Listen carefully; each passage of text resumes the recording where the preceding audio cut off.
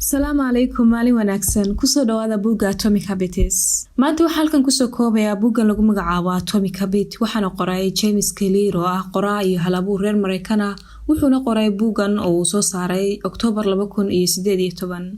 Buuggani wuxuu ku saabsan yahay sida caadooyin fiican ama good habits loo sameysto kuwa xun looga tago. Waana buug practical ah oo qofkii jecel inuu naftiisa horumariyo ka dheehan karo talooyin fiican oo uu noloshiisa wax badan kaga bedeli karo. waa maxay caado sidees ayaa wax loo caadaystaa caadadu waa dabeecad lagu soo noqnoqday waqtiyo ku filan si ay u noqoto mid toos ah tusaale ahaan haddaad subax walba markaad soo kacdo aad mobilkaaga furtid social media hore ka gashid hadda waxay kuu noqonaysaa caado oo adigoon isugayn ayaad mar walba sidan samayn doontaa maskaxdaadu wixii aad ku tababartid waxay u qaban kartaa hab automatic ah haddaba ujeedooyinka caadooyinka ka dambaysa waa in lagu xaliyo dhibaatooyinka nolosha iyadoo loo adeegsanayo tamar iyo dadaal yar intii suurtagal ah caadooyinku waa danta isku dhafan ee horumarinta nafta waxyaabaha cusub ama caadada cusub naftaada ku soo dartay waa seef laba af leh mar waa kuu shaqayn kartaa marna kuuba shaqayn karto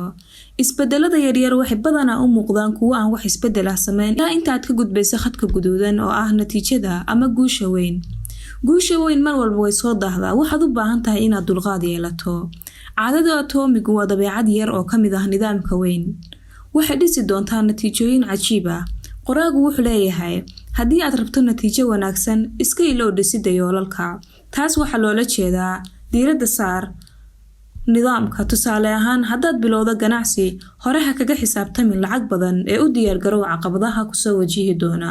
marka ay kuwani kuu noqdaan joogto ama wax noloshaada ka mid ah oo aad la qabsato waxay imanaya yoolalka oo waxaad gaari kartaa si fudud waxaa jira 3 xeer oo isbedel ah oo qoraagu sheegaya oo ah isbedelka natiijada waa inaad hesho caadada ama habdhaqankaad bilowday jawaabtiisa sida inaad isku daydo inaad miisaanka iska rido kadibna aad dhuubatay ama aad caatooday inaad noqotay ciyaartoy kadibna ciyaarahaagii mid ka mid aad ku guuleysatay koob inaad qortay buuggaagina uu suuqa galay oo la daabacay kadibna aad meeshaasi ku noqotay qof helay natiijada caadadii uu bilaabay oo ahaa qoraanimada isbedelka habka qaabkan wuxuu ka walaacsan yahay isbedelka caadooyinkaaga iyo nidaamyadaada hirgelin ee habnololeedkan cusub sida jimicsiga joogtaynta hagaajinta sariirtaada maalin walba horumarinta habdhaqanka iyo ku dhaqanka fikirka haddaba inta badan caadooyinka aad bilowday waxay la xiriiraan habkan oo ah habka aad u wadid oo ah processka siduu u soconayo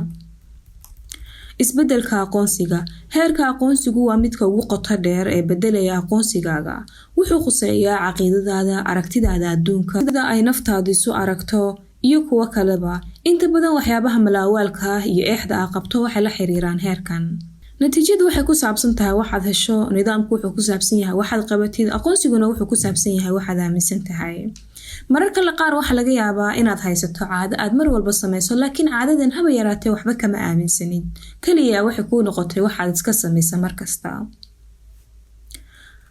caado cusub bilowgeeda ku xir mid hore u jirtay tusaale ahaan maalin walba markaad banaanka u baxdo ha raacin liftiga ama wiishka ee ka deg jaranjarada taasi waxay kaa caawinaysaa bilowga caadada cusub ee aad rabto inaad isku dhuubto caado walba waxay ku bilaabataa tilmaan ama tusaale haddaad qaadato daawooyin oo aad ilowdo mar walba dhig sariirtaada ama meelaha aad u badan tahay daawada iyo biyo aad ku cabto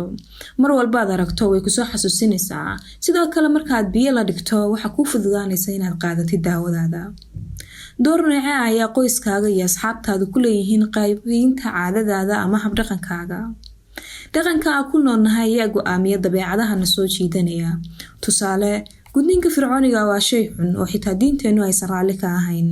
adigoo og inaad sameyso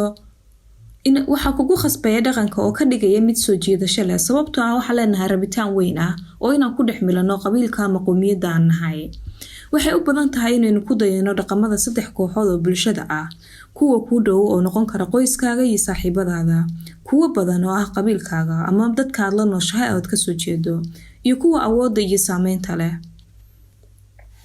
haddaba waxyaabaha waxtarka leh aad samayn karto waa inaad ku biirto dhaqanka halkaas habdhaqanka aad rabtona waa inuu yahay dhaqan caadi ah iyo inaad horeba u lahayd ama waxaad u wadaagteen kooxdan inta badan waxaan ku khaldanaa dadka intii aan ku sixi lahayn nafteena. Marka aad ku helayso dhaqanka ixtiraam, ammaan, weyneyn iyo buunbuunin, waxaad u aragtaa mid soo jiidasho leh sida inta badan ka jirta bulshada Soomaalida dhexdeeda. waxaan ku soo gabagabeynayaa sidee loogu joojin karaa ama looga tagi karaa caado xun. ka dhig caadooyinkaaga xunxun kuwa aan la arki karin. haddaad rabto inaad joojiso cabista sigaarka, iska qari, ka maqnow meelaha aad ku arki karto muddo waqti ah ilaa intaad ka go'ayso. ka saar caadooyinkaaga xun deegaanka aad ku nooshahay. marka aad rabto inaad iska dhinto miisaanka, ka jooji gurigaaga cuntooyinka aan wanaagsanayn ee aan u fiicnayn caafimaadkaaga. duub u habee maskaxdaada, mar walba tus ama isxasuusi dhibaatooyinka caadooyinka xunxun ee kugu hareeraysan. waxaan kugula talinayaa inaad akhrido buuggan, waxaad ka heli doontaa xog intan ku ballaaran. waad ku mahadsan tahay daawashada muuqaalkan.